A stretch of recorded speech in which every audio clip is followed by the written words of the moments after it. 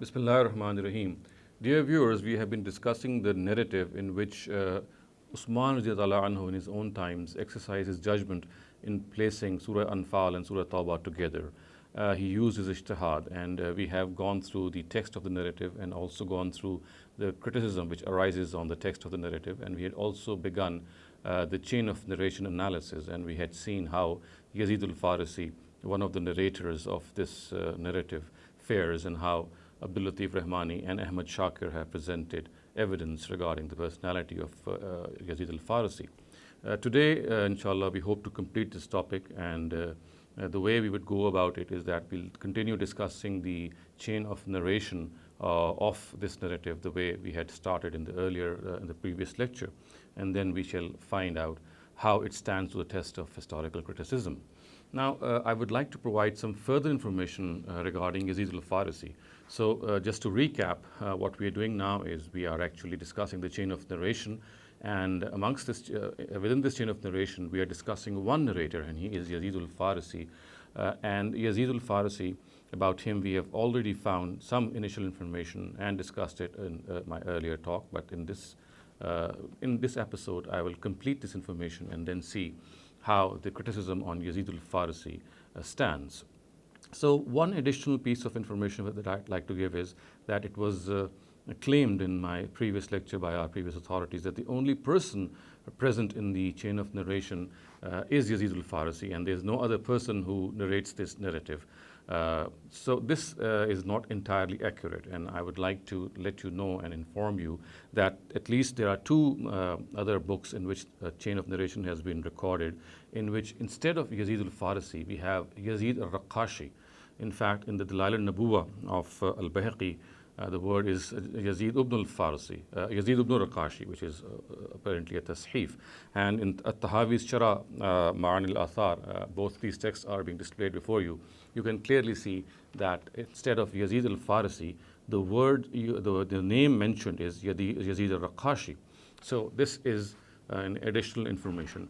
Now, it needs to be understood that we did read the comment of Tirmizi while he had, once he had finished recording this narrative, he had commented about the person of Yazid al-Raqashi as well, and I would like to read out that part again before you from Tirmizi so that we can see how Tirmizi himself has commented on this issue. So the words are ويزيد الفارسي قد روى عن ابن عباس غير حديث ويقال هو يزيد ابن هرمز ويزيد الرقاشي هو يزيد ابن أبان الرقاشي ولم يدرك ابن عباس إنما روى عن أنس بن مالك وكلاهما من أهل البصرة ويزيد الفارسي أقدم من يزيد الرقاشي. So in a comprehensive note, what Tirmizi has said is that sometimes people believe, there are some scholars who believe that Yazid al-Farisi is actually Yazid ibn Hurmuz. So this is one information that he has given. And the second information he has given is that he should not be confused with Yazid al-Raqashi, because let me read out what he has actually said, and this will clarify to our viewers what exactly Tirmizi's view is in this regard. So he says that Yazid al-Farisi has narrated some narratives from Ibn Abbas, and it has been said that he is Yazid ibn Hurmuz. So this is one of his opinions. And Yazid al-Raqashi is in fact Yazid ibn Aban al-Raqashi, and he has not met Ibn Abbas. He has narrated from Anas ibn Malik, and both of them belong to Basra, and Yazid al-Farisi lived much earlier than Yazid al-Raqashi. So the distinction he is making here is that Yazid al-Raqashi is a person who lived much later than Yazid al-Farisi, and therefore the two must not be confused with one another. Yazid al-Raqashi is someone who narrates from Anas ibn Malik, and he does not narrate anything from Ibn Abbas. And we know that in this narrative, Yazid al-Farisi is actually narrating, Yazid is actually narrating from Ibn Abbas. So this is a very comprehensive note from Tirmizi, which tells us that Yazid al-Farisi has been regarded by some authorities to be Yazid ibn Hurmuz, and the fact that if some people think that he is the same as Yazid al-Raqashi, then they are gravely wrong, because Yazid al-Raqashi is someone who lived much later. In this regard, I think another thing which also needs to be understood is that Yazid al-Raqashi himself is a very, very untrustworthy narrator. So if anyone insists that he is Yazid al-Raqashi and Yazid al-Farsi is the same as Yazid al-Raqashi, then an additional piece of information that I'd like to provide is that Yazid al-Raqashi has been regarded to be very weak and untrustworthy by Ibn Adi in his Al-Kamil fi Zurafa, by Ibn Habban in his Al-Majruhin, by An-Nasai, who has recorded him in his Zurafa, and by Ibn Hajar, who has recorded him in his Tehzib al-Tehzib. So this is how Yazid al-Raqashi himself is, fares in our Rijal books, in our Rijal biography books. Now, as you would recall that Tirmizi had also made this comment that some people regard Yazid ibn Farsi to be Yazid ibn Hurmuz, and this is the opinion of Imam Ahmed ibn Hanbal and Abdul Rahman ibn al-Mahdi, and I have already cited this earlier on.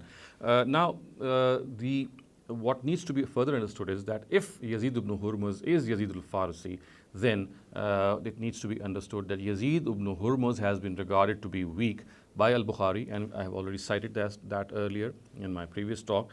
And I'm now going to add another comment by Abu Hatim, a very, very celebrated authority of Rijal, who himself regards Yazid ibn Hurmuz to be suspect. So, Az-Zahabi records in his Mizan al-I'tidal vis-a-vis Abu Hatim, Yazid ibn Hurmuz al-Madni al-Faqih, kaza sammahu Abu Hatim wa qala laysa biqawi. So Abu Hatim is called Yazid ibn Hurmuz, a Madinite jurist, and has said that he is laysa biqawi.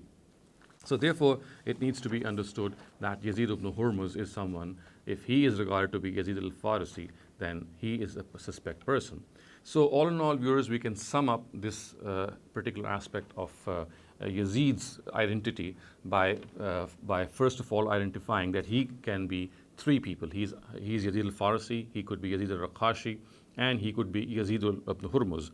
Now, the fact that Yazid al-Farsi is Yazid ibn Raqashi, it is highly unlikely because of the comments of Tirmizi, which I have just narrated before you, because he lived much later on and he has not narrated anything from Ibn Abbas.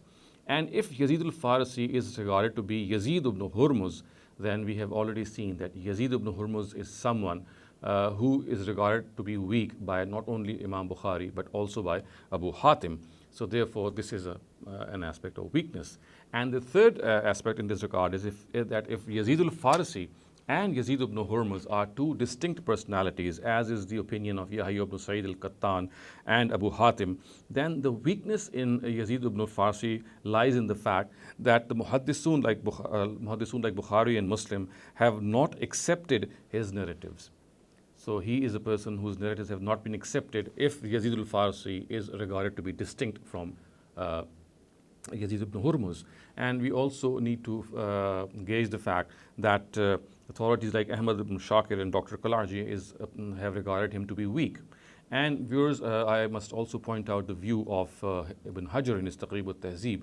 He says that Yazid al-Farsi is maqbool, and we know that in the terminology of Ibn Hajar, maqbool is a borderline case in the case of Ibn Hajar, because he is a person who does not narrate sufficient narratives, and if his narrations are corroborated by some other narrator, then he is called maqbool by Ibn Hajar. And if they are not corroborated, then he is regarded to be layyin al-hadith. And perhaps Ibn Hajar is relying on the fact that his narration is corroborated by Yazid al-Raqashi, because Yazid al-Raqashi is a person who is present in some of the chains. But all in all, maqbool is a very, very borderline case vis-a-vis Rijal impugnation. So we can see that in summary that if he is Yazid al-Raqashi, then he is a person who is unreliable. If he is Yazid ibn Hurmuz, then he is also a person who is unreliable. And if he is none of these and he is Yazid al-Farsi, is distinct, then the fact is that he is a borderline case as far as his authenticity and reliability is concerned, because Imam Muslim and Imam Bukhari have not accepted narratives from him, and the fact that Ibn Hajar regards him to be maqbool and Ahmad Shakir regards him to be majhool. So this is the overall jar on Yazid al-Farsi, and to me it is something which is very strong. Now viewers, let's move on to the next person in the line, next person in line in the chain of narration, and he is Auf ibn Abi Jamila. And regarding Auf ibn Abi Jamila, Rahmani actually has posited that though the Muhaddisun have generally regarded Auf ibn Abi Jamila to be a trustworthy person, however, we find some more details on him. And these details Rahmani quotes on the authority of Ibn Hajar in his Tazib al-Tazib. So he says, وَحَقَ الْأُقَيْلِ عن ابن المبارك قال والله ما رضي عوف ببدعة واحدة حتى كانت فيه بدعتان قدري شيعي وقال الأنصاري رأيت داود بن أبي هند يضرب عوفا ويقول ويلك يا قدري وقال في الميزان قال بندار وهو يقرأ لهم حديث عوف لقد كان قدريا رافضيا شيطانا. Al-Uqayri narrates from Mubarak, he did not restrict himself to a single religious innovation. Instead, he was afflicted with two of them. He believed in determinism and was a Shiite. And Al-Ansari said, I saw Dawud ibn Abi Hind beating off and saying, cursed be you, O believer of determinism. And he is reported in Mizan al-I'tidal, and it is reported in Mizan al-I'tidal that Bundar, while narrating the hadith of Auf, told people that he believes in determinism, is a Rafidi and a devil. So Rahmani refers to the fact that both Imam Muslim in his introduction to his Al-Jami al-Sahih has actually at one time said that he is a trustworthy person, but later on he says that his narratives, or he is a person who is not as sound as some of the other narrators. So this incorporates a bit of weakness in Auf ibn Abi Jamila himself. And also another thing which Rahmani asserts is that since Auf ibn Abi Jamila is a Shiite, and since he is a person who is mujahid bil bid'ah, which is a term of the Muhaddisun, which means that a person who is guilty of religious innovation, if he narrates something which lends credence or lends support to his belief, then his narrative shall not be accepted. And he says that since in this narrative, the Tahrif al-Quran issue, or the issue of the fact that there was certain an element of judgment being exercised in placing the two surahs of the Quran together, which he says is something which is akin to Shiite methodology or Shiite inclinations. So therefore, a person who is himself a Shiite and who himself lends, whose views actually are such that if we accept this narration from him, then his views that the Quran's arrangement has been tampered with will be lent support to. So therefore, he cannot be accepted. So this is what Rahmani has posited vis-a-vis Auf ibn Abi Jamila. Now, we also need to understand, viewers, that Auf ibn Abi Jamila, besides what Rahmani has said, there are some other blemishes as well, which I would like to point out, and I think I've pointed them out one of my very earlier talks, but I would also point them out again vis-a-vis Auf ibn Abi Jamila, given the importance of this narrative and the importance of the fact that how you have to judge this issue. So, first of all, it needs to be understood that Al-Uqayli has mentioned him in his book Al-Zu'afa, so which clearly tells us that he regards him to be weak. Now, next we come to Al-Hakim, and Al-Hakim actually reports the view of his teacher Al-Darqutni, because he has posed questions to Al-Darqutni, and Darqutni has replied in his famous book, Hakim's famous book, which is Su'alatul Hakim. The words are قُلْتُ فَعَوْفُ ibn Abi Jamila قال ليس بذاك. I asked, what about Auf ibn Abi Jamila? And Darqutni replied, Laysa bizaka. So Hakim posed this question to his teacher Darqutni, and he said, Laysa bizaka, which of course means that he is not that trustworthy. Al-Juzjani says in his Ahwal al-Rijal, Auf ibn Abi Jamila al-Arabi yatanawalo biyaminihi wa yasarihi min ra'i al-Basra wal-Kufa. Auf ibn Abi Jamila al-Arabi would carelessly accept narratives from his right and left from the opinion of the people of Basra and Kufa. Al-Mizzi also records a jarh on Auf ibn Abi Jamila, and the words from his Tahzib al-Kamal are قال بعضهم يرفع أمره إنه ليجيء أن الحسن بشيء ما يجيء به أحد, which means some of them are of the opinion that he is not trustworthy. He narrates from Al-Hasan that no one else ever has. So in the presence of this data, viewers, we can clearly see that the jarh on Auf ibn Abi Jamila is extremely well grounded. And prior to him, we've already discussed Yazid al-Farsi. So Yazid al-Farsi and of Ibn Abi Jamila, both of whom are simultaneously present in the chains of narration of this narrative. Both are weak narrators. So this is as far as the narrators are concerned.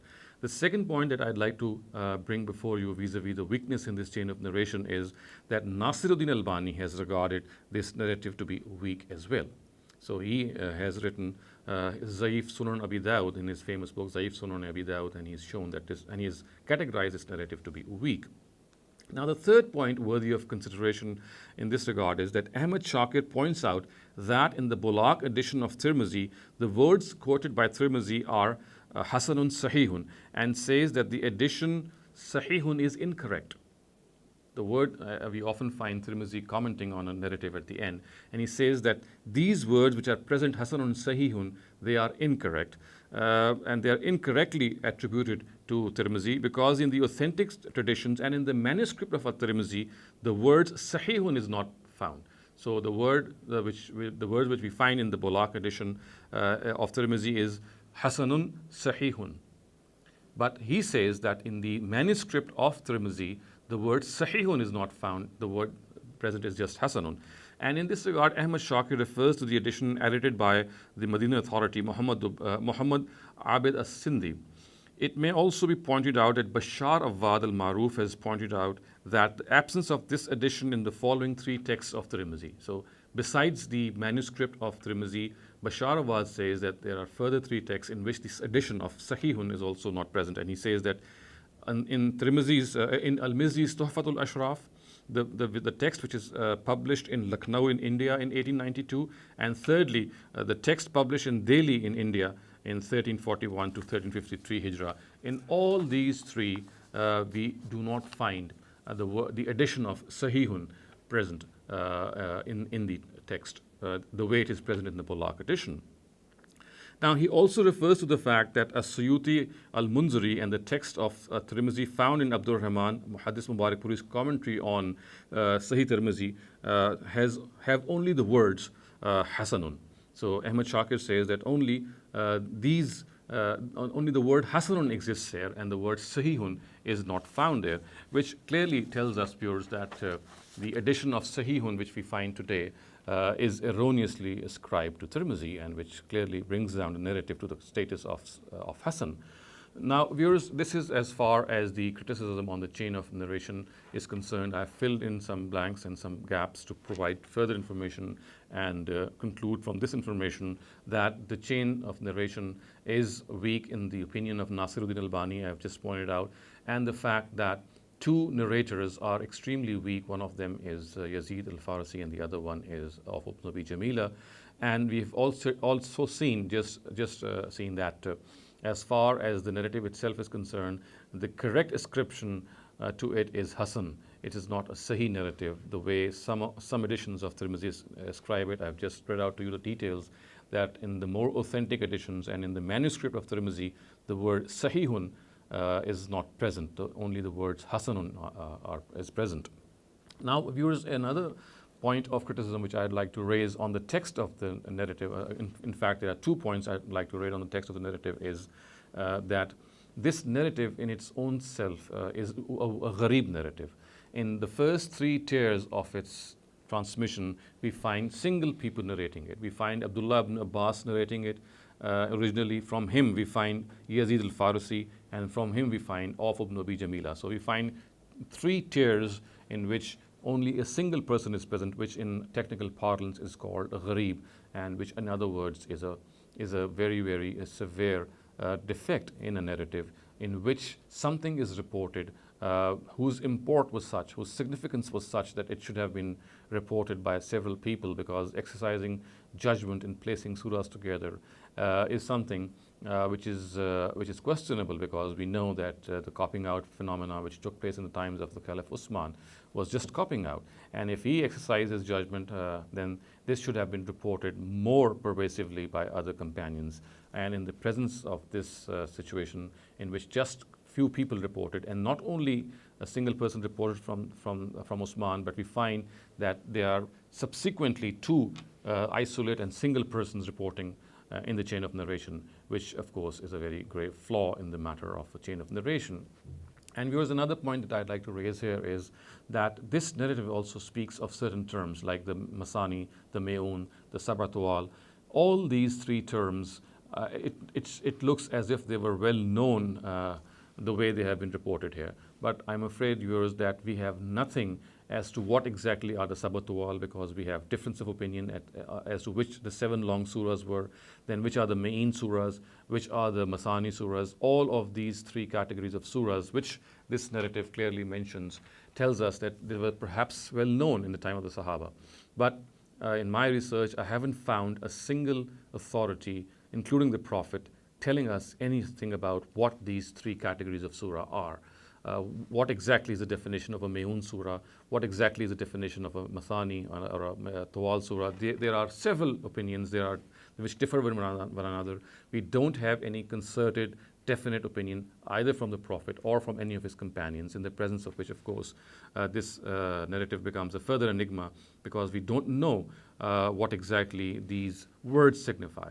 So all in all, viewers, I would say that in the presence of all this criticism and in the presence of all these critical content which I have just put before you, this narrative is not worthy of being accepted because of this weakness, not only on its text, but also on its chain of narration, and I would reject it.